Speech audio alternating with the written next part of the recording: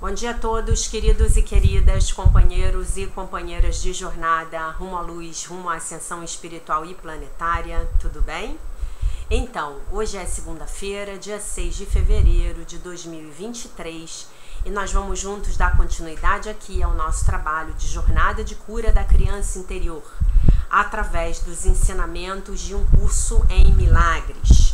Hoje começamos o nosso vídeo recordando a lição do dia, a lição 37. A minha santidade abençoa o mundo. Então, no primeiro parágrafo, Jesus diz: essa ideia contém o primeiro vislumbre da tua verdadeira função no mundo, ou da razão pela qual estás aqui. O teu propósito é ver o mundo através da tua própria santidade. Assim, tu e o mundo são abençoados juntos. Ninguém perde, nada é tirado de ninguém. Todos ganham através da tua visão santa. Ela significa o fim do sacrifício, pois oferece a cada um tudo o que lhe é devido.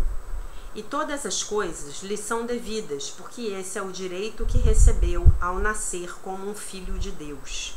Né? Então, a minha visão santa, ela abençoa o meu irmão, né? A minha visão santa abençoa tudo aquilo em que eu coloco os meus olhos, né? Então, imagine você, se ficar um pouco difícil para você compreender essa lição, imagine que você se encontrou com Jesus, que você está lá na Palestina há 2000 anos atrás e Jesus olhou para você. Você pode fazer esse exercício, inclusive, imaginando que Jesus está olhando para a sua criança interior. Imagine agora, junto comigo, que a sua criança chega perto de Jesus e ele olha para ela. E aí você vai ter a real dimensão de como a visão pode abençoar, de como uma visão santa pode trazer uma bênção, de como essa visão pode já trazer de cara um milagre para essa pessoa que está sendo olhada de forma amorosa, através dos olhos do amor e do perdão, tá? Muito bem. Aí o exercício é: a minha santidade abençoa essa cadeira, a minha santidade abençoa aquela janela, a minha santidade abençoa este corpo, a minha santidade abençoa a minha mãe, a minha santidade abençoa o meu pai. E então você fecha os olhos, né? E você visualiza o seu pai e fala: a minha santidade abençoa o meu pai. A minha santidade abençoa a minha mãe, né? Então, essa minha visão santa, ela vai abençoar o meu pai e a minha mãe. Você pode também fechar os olhos e visualizar a sua criança interior ferida e falar: a minha santidade agora abençoa essa criança. Porque essa criança, ela é tanto uma parte sua, ela é tanto você, quanto uma parte sua, né? Ela tá viva em algum lugar, congelada dentro da sua psique, congelada no sofrimento dela. E você pode se visualizar chegando perto dela, dando um abraço nela, dando um beijo nela, colocando ela no colo e falando: a minha santidade abençoa você, pequena, né? Eu vou falar para minha criança: a minha santidade abençoa você, pequena Jaqueline, né? Então essa é a prática de hoje. Passamos então para a leitura do texto da Marianne Williamson, que é o A Year of Miracles, do livro A Year of Miracles, Um Ano de Milagres. Estamos no dia 37 e ela diz: hoje eu descanso na suavidade do meu coração. Hoje eu descanso na suavidade do meu coração. A mente do ego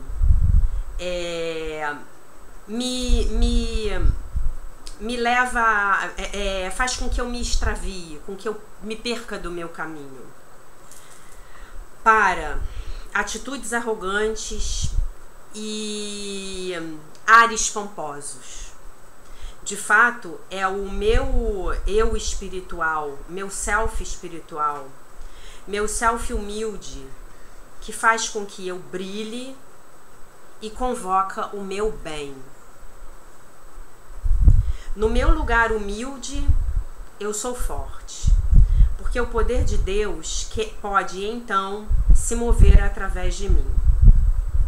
Enquanto a arrogância esconde a minha beleza, a humildade faz com que ela seja visível. Na minha humildade, eu dou um passo para trás e eu permito que Deus brilhe através de mim, né?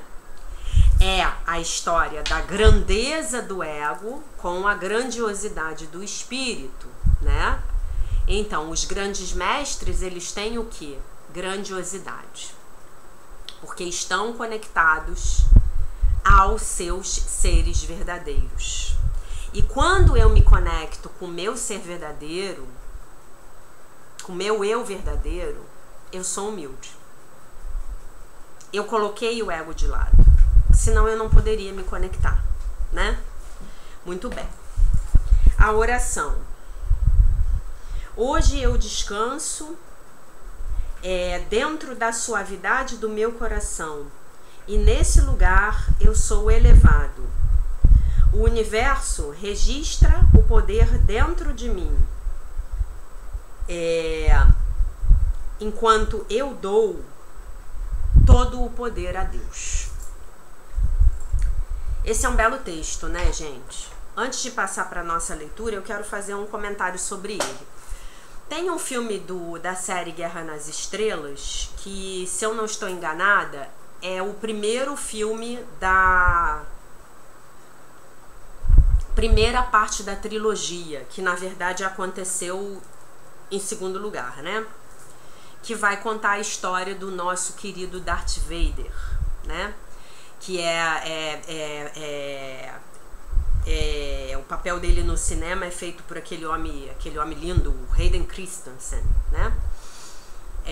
O primeiro não, então é o segundo filme no qual ele se transforma em Darth Vader depois que a mulher dele, aquela que eu não me lembro o nome, que é feita pela Natalie Portman, né?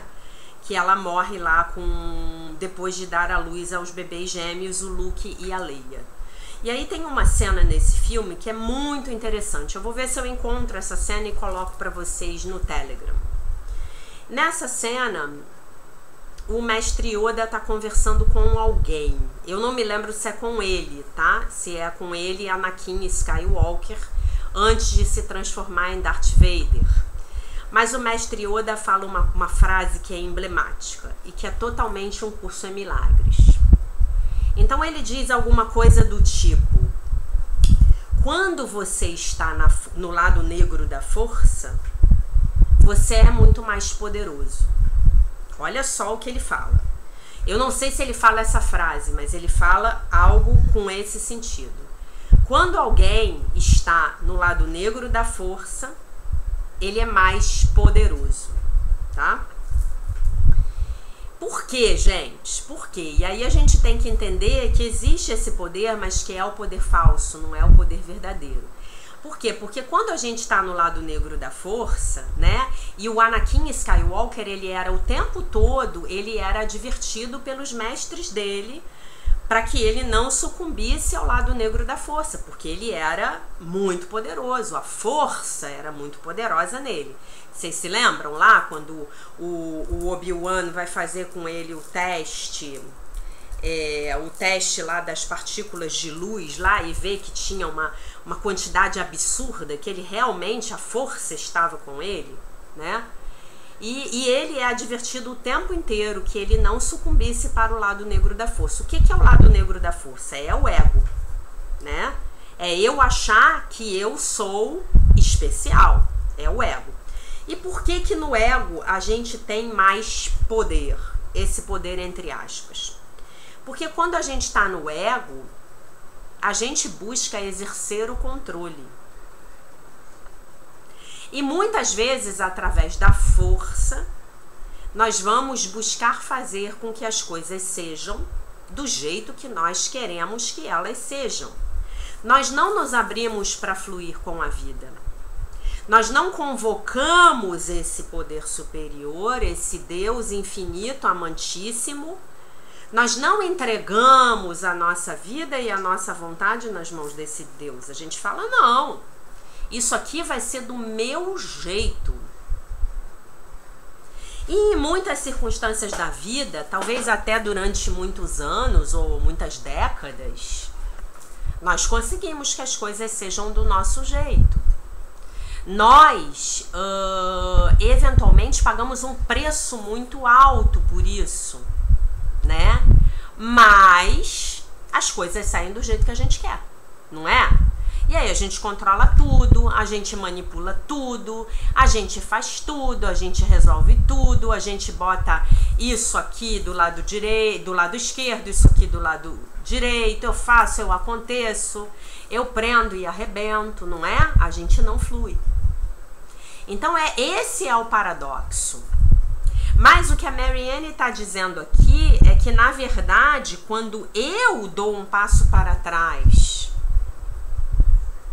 e eu permito que Deus haja através de mim, que a força de Deus brilhe através de mim, aí é que eu tenho o verdadeiro poder, que é o poder de fluir com a vida, que é o poder de eu me conectar e atrair para minha vida aquelas experiências que são realmente necessárias para o meu crescimento, né? E aí virão experiências maravilhosas e virão tantas outras experiências desafiadoras, mas eu estou no fluxo, né? E no meu entendimento é nesse momento que nós todos estamos, né? Aqui, estudantes de um curso em milagres. Como assim, Jaque? A gente está exercitando o hábito de entregar as nossas vidas a Deus e de pedir para Ele, Deus, assim, meu Deus, que seja feita a vossa vontade nessa situação específica. Essa, meu Deus, que você já sabe qual é, em qual eu estou pensando, e não a minha, não é? Deixo essa reflexão com vocês, tá? Agora a gente vai passar para a leitura do livro... gente, tem tanto livro aqui que até me perco. Do livro Forma e Conteúdos, que fala a respeito de sexo e dinheiro, a prática de um curso em milagres, do Dr. Kenneth Wapnick, tá? Então, ontem nós lemos o texto sobre o corpo. E agora nós vamos ler o texto sobre a correção, tá? Não, acho que não vai ser possível ler ele inteiro, é bastante grande, mas enfim, vamos tentar. Senão a gente termina amanhã. Lembrando que antes do Dr. Kenneth começar a abordar na prática o tema sexo e dinheiro, ele está fazendo toda uma revisão da fundamentação teórica da metafísica de um curso em milagres, tá bom? O que é maravilhoso para nós. Estamos tendo a oportunidade de estudar novamente, de reforçar conceitos. Correção.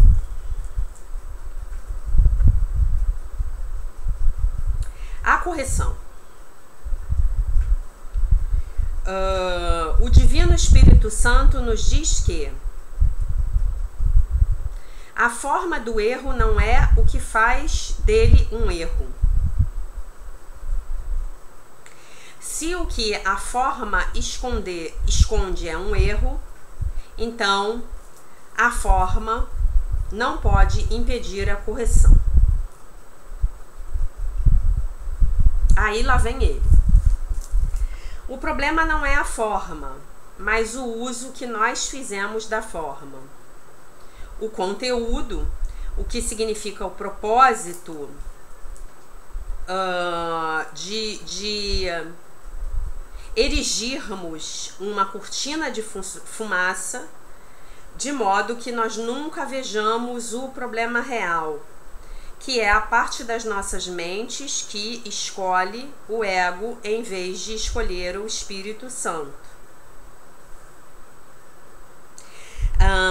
Não há duas áreas mais adequadas do que o sexo e o dinheiro para esse propósito específico de nos casar com a forma, de modo que nós não olhemos para o conteúdo, como nós veremos agora, né?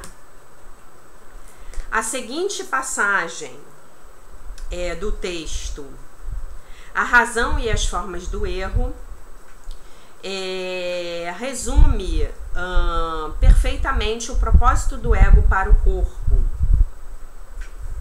de ver o mundo da forma e esconder o conteúdo da mente, tá? Aí eu vou ler em português aqui o texto, é o 22:3. Queria agradecer a todos pela presença na live de ontem, tá bom? Muito obrigada.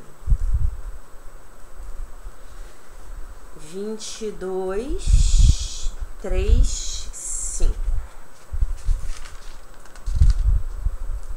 A razão e as formas do erro. A razão te dirá que a forma do erro não é o que faz dele um equívoco. Se o que a forma esconde é um equívoco, a forma não pode impedir a correção. Justamente a frase que eu acabei de ler, tá? A tradução perfeita da frase que eu acabei de ler, que eu li direto. Os olhos do corpo veem apenas forma. Não podem ver além daquilo que foram feitos para ver.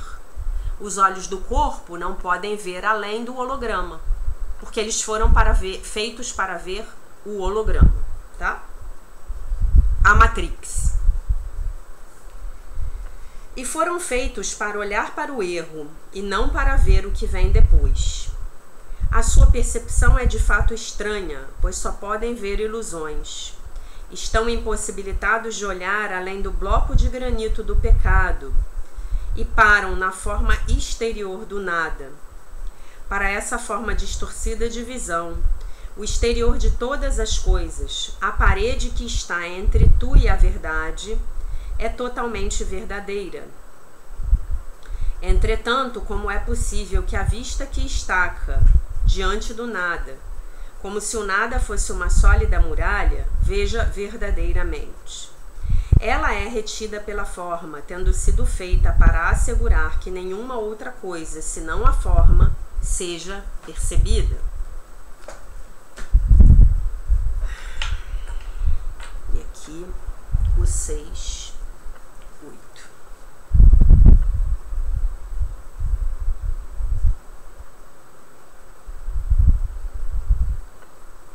Ah, não, já li.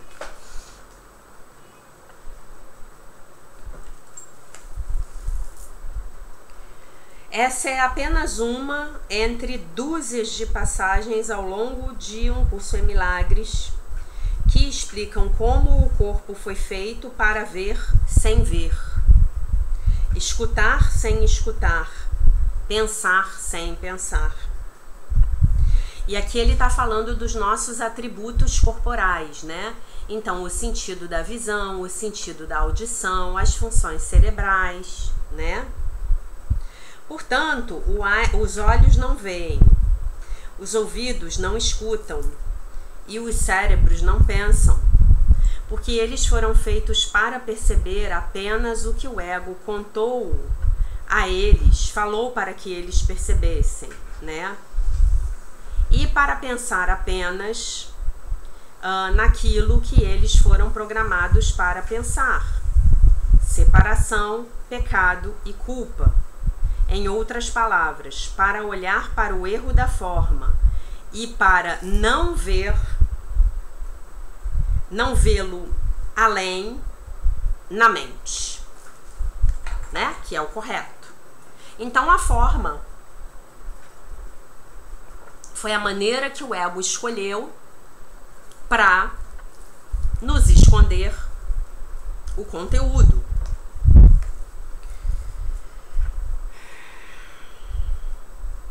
Então, o corpo foi feito para sofrer, a solução mal adaptativa do ego, fisicamente e psicologicamente, e para experienciar o conflito em relação às coisas do mundo, por exemplo, o sexo e o dinheiro.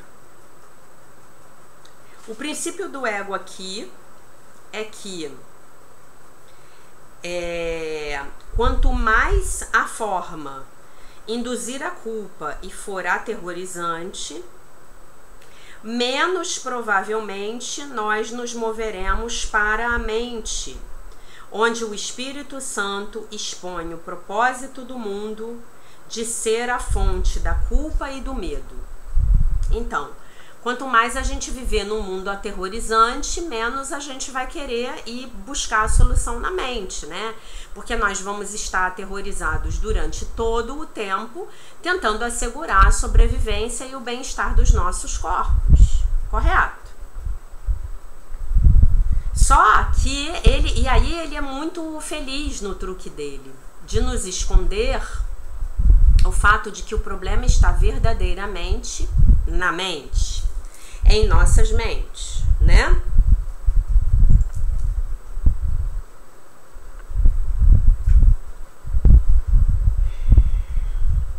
Nós queremos que os nossos olhos sempre se foquem no corpo, nos nossos corpos e nos corpos das outras pessoas, e nunca na mente. O ego sabe que uma parte de nós permanece na mente. Não. O ego sabe que permanece na mente, permanece uma parte da mente que sabe que o corpo não é nada. Quem é essa parte? É o tomador de decisões, tá? Como num conto de fadas, a nossa mente correta reconhece que o imperador do ego, o imperador ego, né, governando o reino da culpa, do pecado e do medo, foi inventado. Ademais, não apenas o imperador está nu, mas ele não é um imperador. Uau! Pegamos o ego, olhamos para ele. Estamos cara a cara com os nossos egos. Mas, ao nada, foi dada realidade pela nossa necessidade aterrorizada de escapar desse terror, né? E fazer um mundo para escapar de um problema que não existe.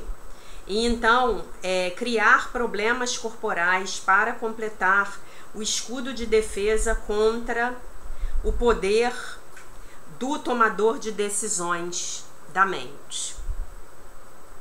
Como nós já discutimos, esta é uma estratégia brilhantemente concebida e majoritariamente bem-sucedida, porque muito poucos, através da história, penetraram o escudo defensivo do ego, do mundo, de um mundo, né, e do corpo, né? Então, o mundo e o corpo são os escudos defensivos do ego, né? Ele inventou o mundo, ele inventou o corpo. Obviamente, esse corpo é necessário para fazer parte do reino dele, do mundo que ele criou, e isso aí foi tudo uma estratégia para nos afastar das nossas mentes, pensando aí em mente e espírito, tá bom?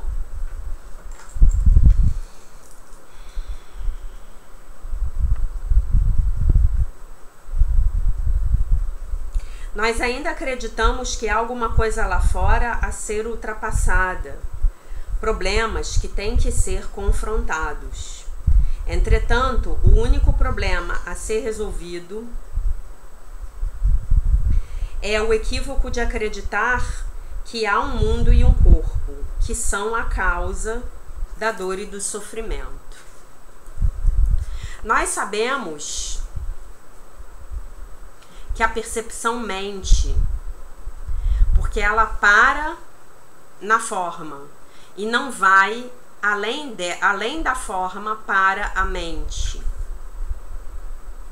Nós vimos que o aparato sensorial do corpo foi especificamente projetado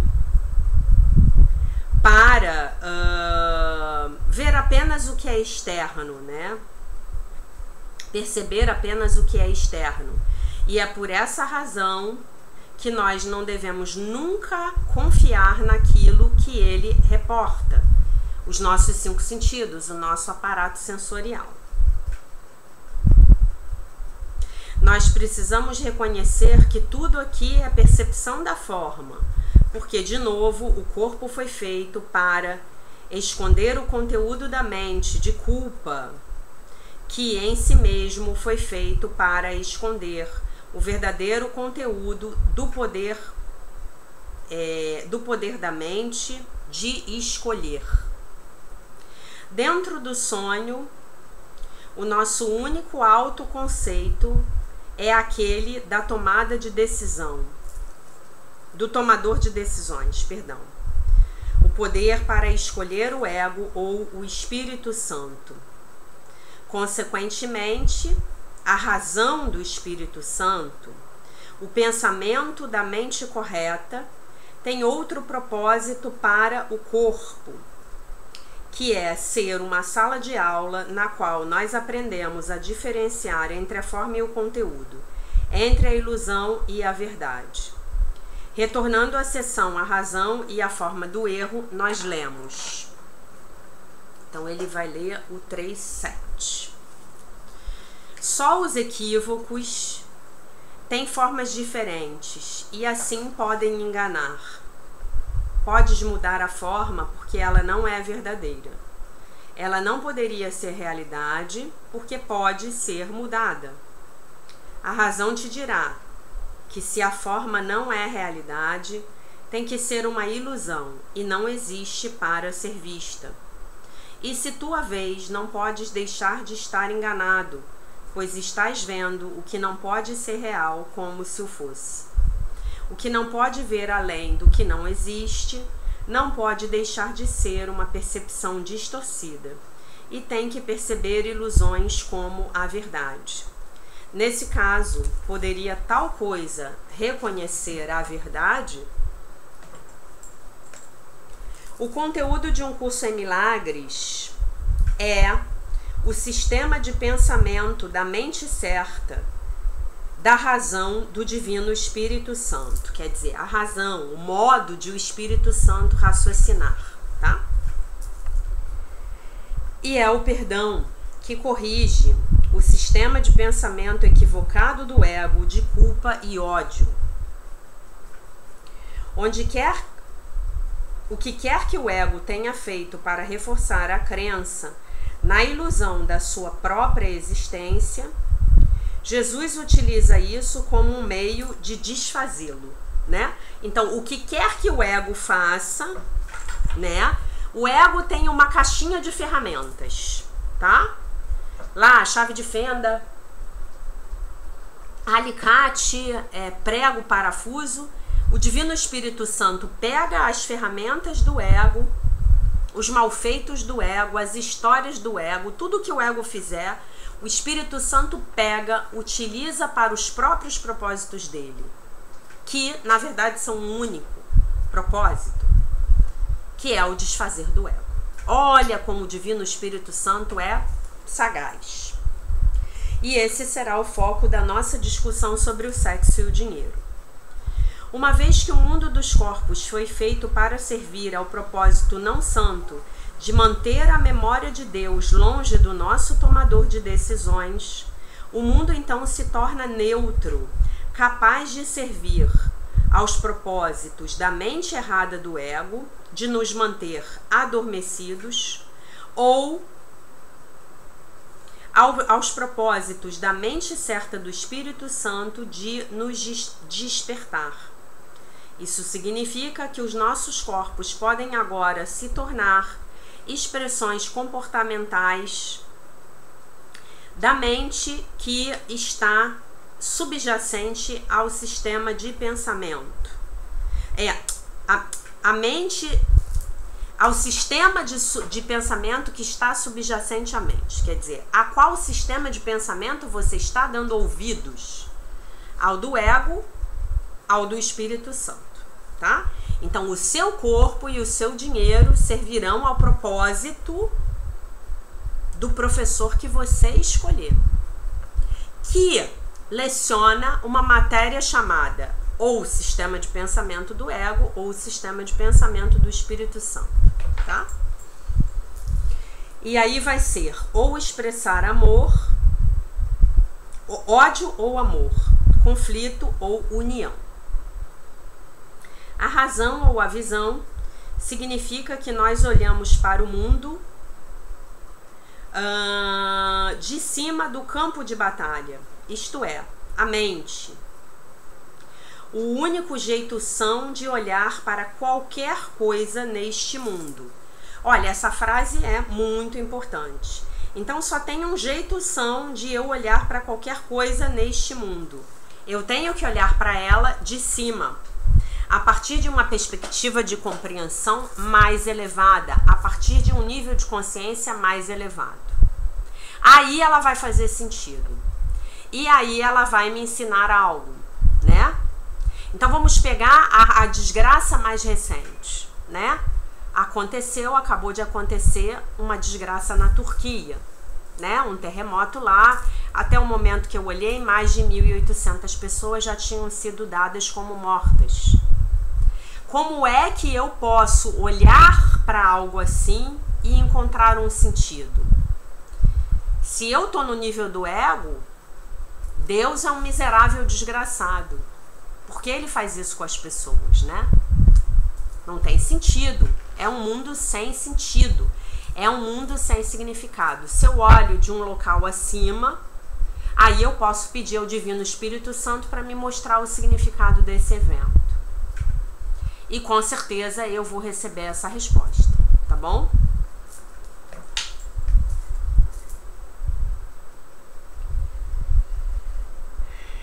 Isso significa então que nós retornamos à parte das nossas mentes que é o tomador de decisões, que toma as decisões. Quando nós fazemos isso, nós devemos estar com Jesus, porque o ego nunca vai nos levar nesse lugar, nunca. Nesse ponto, o tomador de decisões se torna um observador, olhando para as atividades do corpo e compreendendo que elas refletem apenas o conteúdo da mente, olhando a partir da perspectiva do sonhador e não do sonho, né? Nós então não mais nos identificamos com a figura do sonho, o ego, corpo, personalidade. A pessoa que nós chamamos de nós mesmos e que reconhecemos a cada manhã no espelho, mas nos identificamos com o sonhador que fez esse sonho para servir ao propósito do seu professor. E aí, mais uma vez, qual é o professor ao qual nós damos ouvidos? O ego ou o Espírito Santo. Essa é uma decisão nossa, que nós vamos fazer não apenas todos os dias, mas nós vamos fazer durante vários momentos do dia. Que sonho é esse que eu estou criando? Né? Falamos disso ontem na live, bastante. E então nós olhamos para o ego sem culpa, medo ou julgamento, porque nós olhamos para ele através dos olhos do Espírito Santo, com o amor de Jesus ao nosso lado, nos dando conta de que o mundo do corpo nada mais é do que um sonho. À medida em que nós, a cada dia mais, compreendemos os ensinamentos de Jesus, nós reconhecemos que tudo que nós experienciamos dentro do mundo linear de tempo e espaço, terceira dimensão, Matrix, metaverso, é um fragmento sombrio de do sistema de pensamento de pecado, culpa e medo. Portanto, nós podemos escolher novamente Deus em lugar do ego, expiação em lugar da separação, conteúdo em lugar da forma. Ixi, acabei de ler o texto, não era tão grande, tá? Então, gente, ele tá preparando o terreno aqui, tá? Ele está preparando o nosso terreno aqui. Eu não vou mudar de sessão, aqui tem muita coisa pra gente falar. Pra gente começar a ver os nossos corpos, né? E serão os nossos corpos que estarão envolvidos no tema sexo. E no tema dinheiro também, né? Um pouco em menor medida, mas também, óbvio, né? Como instrumentos neutros de comunicação, né? O sexo como algo neutro. O dinheiro como algo neutro, né? A forma como algo neutro. Mas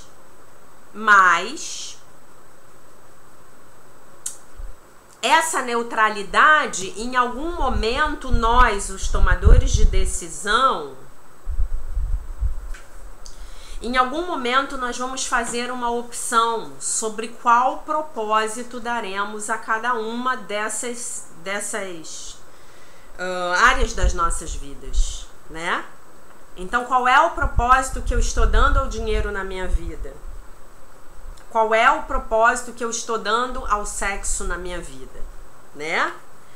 E aí vocês podem imaginar que as nossas próximas aulas vão ser bastante divertidas, né? Mas como é que a gente vai fazer uma ponte aqui com essa coisa da criança interior, né? Em primeiro lugar, gente, a gente precisa ter em mente, e aí vocês vão se acabar de rir, né? A gente precisa ter em mente que o que nós vamos trazer para as nossas vidas adultas, né? E eu estou supondo que todos aqui que estão aqui comigo são adultos, né? Não imagino que eu tenha algum spec ouvinte aqui com menos de 20 e poucos anos, né? Então somos todos adultos. Esqueci o que eu ia falar. Ah, tá, lembrei. O que nós pensamos e, consequentemente, o que nós manifestamos com relação à temática sexo e dinheiro, na verdade, são apenas as crenças de papai e mamãe, né? São as crenças que nós recebemos da nossa ancestralidade e que ficaram muito bem gravadinhas lá enquanto nós crescíamos, caminhávamos de dentro da barriga das nossas mães até os nossos 14 anos de idade, com uma primazia suprema dada ao primeiro período da vida de 0 a 7 anos. Então, entre 0 e 14 anos e meio, né? Não me perguntem aí de onde vem esse meio, eu aprendi isso, só aprendi que é assim. E eu posso dizer para vocês que depois que eu fiz 15 anos, eu olhando para minha vida, olhando para trás, eu consigo perceber claramente que é um momento em que você sai da mente de pai e mãe. É com 15 anos, 14 anos e meio. E eu vejo claramente a diferença. Eu era uma criança e depois dos meus 15 anos eu virei uma outra pessoa. Mas assim, eu não sei se os meus pais conseguiram ver isso. Acho que não. Acho que eles estavam muito ocupados lá com os problemas deles. Mas eu, hoje, olhando para trás, com 300 mil anos de terapia, eu vejo uma diferença brutal. Quando eu me destaquei, né? Me destaquei numa certa medida, porque eu continuo colada nessa mente familiar até hoje, né? Mas então, a gente trouxe essas crenças sobre sexo e dinheiro deles, dos nossos pais, né? Isso é um fato. E aí, normalmente, a gente vai estar, ou, como a gente diz em astrologia, ou eu estou em conjunção, fazendo exatamente do jeito que eles faziam, ou eu estou em oposição, a 180 graus de distância, tentando fazer o oposto do que papai e mamãe faziam. Ah, já que isso é bom? Não, eu ainda não sou eu. Se eu tô fazendo exatamente com relação a sexo e dinheiro ou qualquer outro tema, como papai e mamãe faziam, então eu ainda não sou eu. Se eu estou fazendo o oposto do que papai e mamãe faziam, eu não sou eu. Eu sou um fantoche comandado pelas crenças dos meus pais, né? E aí imaginem que eu nasci numa família onde a palavra de ordem era pobreza, era escassez. Como um pai e uma mãe podem ser bons para os seus filhos se eles não sabem se vão ter dinheiro para pagar o aluguel no final do mês? Vocês entendem isso? E a criança está lá congelada nesses estados mentais que ela primariamente enfrentou na sua infância. Então, o pedido que eu vou fazer para vocês hoje é que listem as crenças de vocês com relação a sexo e dinheiro, aquilo que vocês ouviam dentro de casa. Então, vou dar um exemplo para vocês, meus pais falavam assim, mas dinheiro não dá em árvore. Seu pai não é dono da Light, apague a luz, né? E eu vi várias outras coisas, né? Algumas bastante tenebrosas, né? Que precisaram ser reavaliadas à medida em que eu fui ficando mais velha e mais consciente, né? E aí a grande questão que o Dr. Kenneth vai trazer pra gente ao longo desse livro é como desfazer esse sistema de programação egóica que nós herdamos. E esse sistema, gente, de pensamento do ego, ele vai ter, assim, ele vai afetar todas as áreas das nossas vidas. O sexo, o dinheiro, a nossa saúde, a nossa vida profissional, a nossa vida familiar, a nossa decisão de casar, formar família, ter filhos, não ter filhos, as nossas relações com os nossos parceiros, parceiras, ou a ausência delas, tá? Então essa criança interior ferida, ela ainda tá ali, congelada, tentando acertar. Talvez ela ainda esteja, inclusive, tentando salvar o pai e a mãe, certo? Em algum nível, todos nós estamos tentando fazer diferente, mas as forças do ego que estão por trás das nossas infâncias, elas acabam sempre nos puxando para trás. Porque pode ser ruim, mas é conhecido. E lembrando que, se tudo isso foi ruim, né, se eu tive uma vida de pobreza, de escassez, se as minhas primeiras experiências sexuais foram traumáticas, se eu passei por experiências de abuso sexual continuado ou esporádico, enfim, isso se deveu à carga de culpa que eu trouxe comigo quando eu encarnei. Lembram que a gente falou sobre isso ontem? Então essas forças kármicas, elas vão estar sempre me puxando, né? Nem sei se vale a pena dizer que elas estão me puxando para trás, eu acho que elas estão me puxando para baixo. E como é que eu consigo me opor a essas forças kármicas, né? Na verdade não é nem se opor, porque não seria uma palavra, um verbo aí adequado. Como é que eu consigo transcender isso? Só tem um jeito, expandindo a minha consciência, aprendendo a fazer diferente. E eu vou dizer uma coisa para vocês que a maioria de vocês já deve ter experimentado. Vocês estão cheios de boas intenções, querendo ir além daquilo que a família de vocês pôde proporcionar, tá?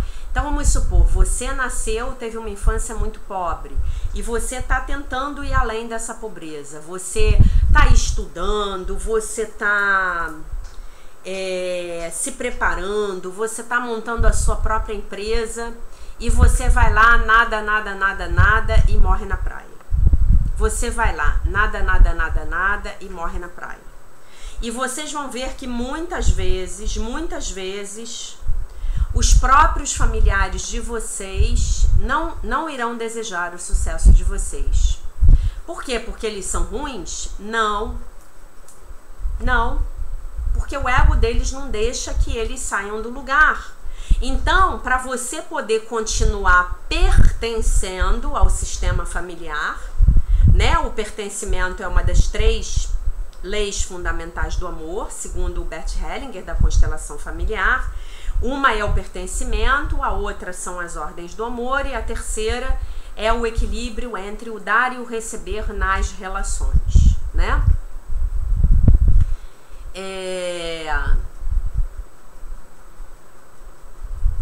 Então, para você poder continuar pertencendo, você vai ter que continuar sendo pobre. Usando esse exemplo, entende? E aí, no seu inconsciente, você fica num conflito. Qual é o conflito, Jaque? Eu quero enriquecer, eu quero ter uma vida melhor, eu estou trabalhando por isso, mas eu quero pertencer. E eu vou dizer para vocês, enquanto vocês não esclarecerem isso no nível do inconsciente, a necessidade e o desejo de pertencimento vão sempre ganhar. Vão sempre ganhar. Ah, você está dizendo que eu, no fim das contas, no meu inconsciente, eu prefiro ficar pobre e pertencer do que enriquecer e ser excluído da minha família. É exatamente isso que eu estou dizendo. É exatamente isso que eu estou dizendo. Você está sujeito a forças sistêmicas as quais você desconhece. Forças inconscientes muito poderosas. E se você levar esse sistema ainda mais acima, você vai chegar no nível do inconsciente coletivo da humanidade. Então, se nós temos uma humanidade que, sei lá, 90% da população, 99% da população está dominada pelo sistema de pensamento do ego. O sistema de pensamento do ego é de pecado, culpa e medo. Se eu tenho pecado, culpa e medo, eu vou ter que ter castigo e punição. Eu vou ter que ter sofrimento, eu vou ter que ter desgraceiras. Eu vou ter que ter um monte de infelicidades, certo? Então, para eu pertencer à raça humana, eu tenho que ficar na desgraceira, nas infelicidades e no sistema de pensamento do ego. Por isso que esse nosso processo de despertar, ele é tão trabalhoso. Porque nós ainda estamos puxando o grosso da humanidade que não quer vir, né? No sábado eu recebi uma amiga muito querida, que eu amo muito, na minha casa. E ela estava comentando o quanto ela está cansada de tentar esclarecer as pessoas. Ela falou para mim, já que eu tô cansada. As pessoas querem continuar nas ilusões, elas querem continuar dormindo. Eu conheço pessoas super pobres que eu estou tentando ajudar e essas pessoas não querem trabalhar. Mas como não quer trabalhar? Não, ela quer ficar o dia inteiro olhando a foto dos ricaços no Instagram. O ricaço tá lá no iate, aí ela fica olhando. E ela não vai trabalhar, não vai fazer algo de bom por si mesma. Não quer estudar. Eu não tô falando de estudar espiritualidade não, gente. Eu tô falando de estudar para aprender a consertar, por exemplo, uma válvula de descarga, né? Eu tenho um bombeiro hidráulico maravilhoso, maravilhoso, que Deus o abençoe. Eu amo esse homem. Obviamente ele não tá vendo esse vídeo. O homem é maravilhoso. O homem vem na minha casa e ele me cobra R$150 para consertar a descarga. E ele ainda traz a peça para mim. Aí eu pago a peça por fora, ele compra a peça, ele traz para mim, ele cobra R$150. Ele tem cliente até dizer chega. Ele é funcionário de uma empresa de produtos de materiais hidráulicos, né? E ele tem cliente de manhã, ele tem um cliente antes de ir para a empresa, então antes das 8 da manhã ele tem que atender um cliente e na hora que ele sai ele tem outro cliente. Então ele tem um salário e ele ganha mais R$300 por mês. Vocês podem crer nisso? Gente, o homem não é PhD, o homem não é modelo fotográfico, o homem não tem iate, o homem não é chefe de cuisine da Michelin 3 estrelas. Não, o homem é um super bombeiro hidráulico. Vocês pensam qual é o valor desse profissional? Eu não sei o que vocês pensam disso, mas eu valorizo um profissional desse imensamente. Aquele eletricista que chega aqui na minha casa, mexe um fio, cruza um fio no outro, troca a minha tomada. Como eu valorizo esse servidor, esse profissional, mas as pessoas não querem mais ser isso. Não querem, não tem glamour. E aí, gente, a gente fica na fantasia, na ilusão e não constrói nada. Nada. E aí é muito bom, porque a gente fica dependendo do governo para dar pra gente uma merrequinha. Aí, quando o governo diz que não vai aumentar a merrequinha, fica todo mundo com raiva do governo. Mas espera aí, por que eu vou depender de um governo que aumenta ou diminui a merrequinha do jeito que mais lhe apraz? Por que eu não monto um negócio próprio? Por que eu não desenvolvo um saber, uma competência, né? Hoje, gente, se eu fosse uma pessoa humilde, vocês sabem para que área que eu ia tentar ir? Informática, aprender a consertar computador, telefone celular, videogame. Eu tenho um menino que faz esse serviço para mim, o garoto é empresário. Ele é evangélico, ele é uma graça, ele chega na sua casa e ele te abençoa. Consertou meu notebook tá perfeito. Semana retrasada me mandou um técnico para ver uma impressora. Em 1 hora o rapaz descobriu o defeito. Aí ele entrou em contato comigo e falou: Dona Jaque, a senhora ainda não me avaliou no Google. Eu falei: meu querido, eu me esqueci, vou te avaliar agora. Entrei no Google lá, rate, sei lá das quantas, nas avaliações do Google, entrei na empresa dele, fiz um parágrafo de elogios para ele e dei 5 estrelas. E por que a gente não vai adiante, gente? Só para eu não me perder aqui. Porque a gente tem as nossas lealdades familiares inconscientes, aquela M imensa na qual os nossos familiares viviam. Tá? A nossa criança interior está congelada lá no tempo e no espaço, tentando pertencer, buscando pertencimento, né? E muitas vezes esse pertencimento, ele vai vir através da compulsão à repetição dos erros de nossos pais.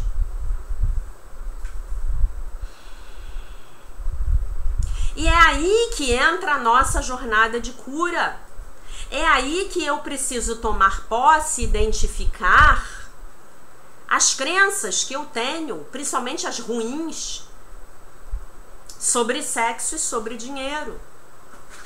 Temos aqui, queridos spec ouvintes, né? Que já manifestaram aqui: o meu problema é dinheiro. E eu tenho as minhas lealdades aos programas egóicos da minha família, né? Vocês querem ver alguns programinhas bem limitantes? Rico é snob. Ah, eu não quero ser snob, então não vou enriquecer. Todo rico é corrupto. Eu ouvi isso uma vez de uma amiga minha. Eu falei: hã? Falei: pro cara ficar rico é porque ele explorou alguém. Eu falei: tá bom, então vamos pegar um exemplo de um escritor best-seller. Vamos pegar, por exemplo, Paulo Coelho. Ele é um escritor best-seller. Ele explorou alguém? Aí ela olhou pra minha cara e falou: hã? Ué, eu entro na livraria e compro o livro do seu Paulo Coelho se eu desejar. E aí eu vou ler, se eu gostar, talvez eu compre um outro. Ele não tá pondo uma arma na minha cabeça pra dizer que eu tenho que comprar o livro dele, né? E aí, o dinheiro e o sexo, eles vão se tornar formas de escravidão. Apenas se estiverem a serviço do mestre ego. Porque se eu entregá-los ao Divino Espírito Santo, pedir ao Divino Espírito Santo, depois que eu fizer a minha listinha lá, que corrija esses pensamentos equivocados na minha mente, então eles sim serão usados para os propósitos do Divino Espírito Santo E é isso que a gente vai falar ao longo dos próximos dias, enquanto a gente estiver lendo esse livro, que eu acho que é menor que o outro, inclusive, tá bom?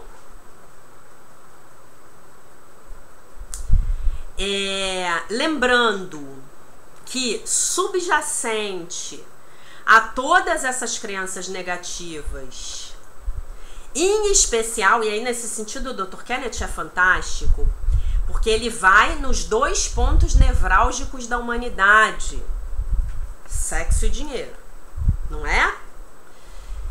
Então, subjacente a essas 2 áreas das nossas vidas, o que temos?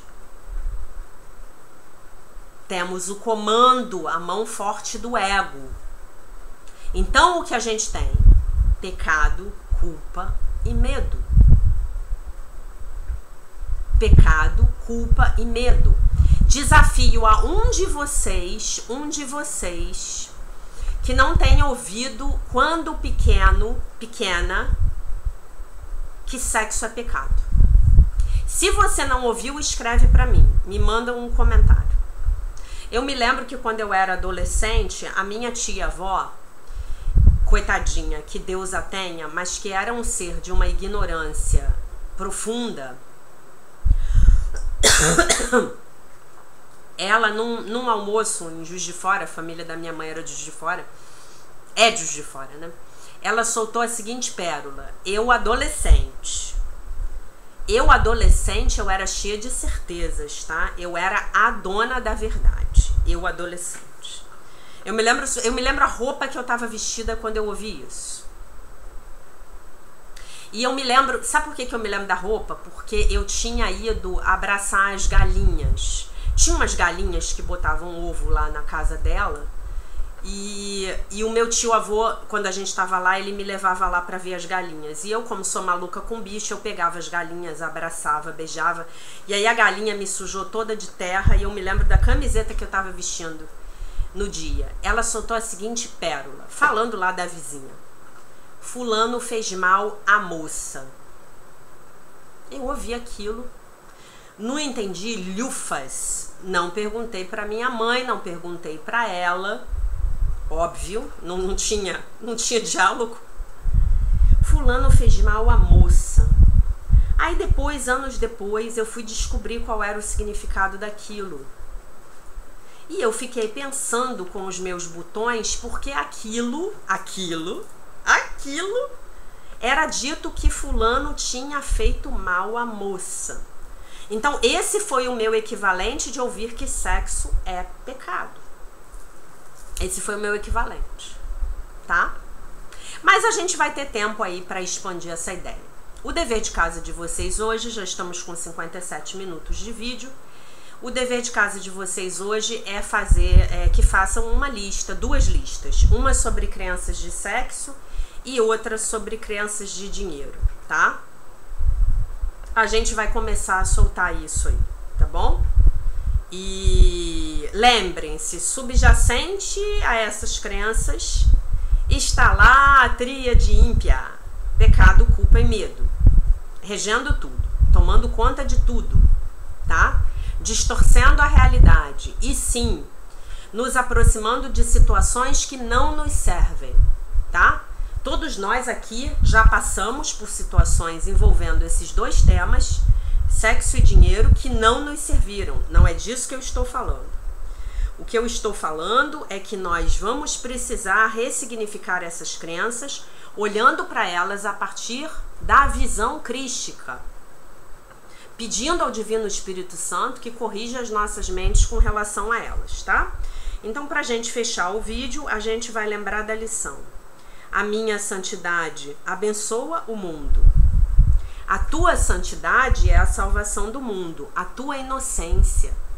A ausência de pecado em ti, que está bem guardada na tua mente certa, no sistema de pensamento do Divino Espírito Santo, é a salvação do mundo.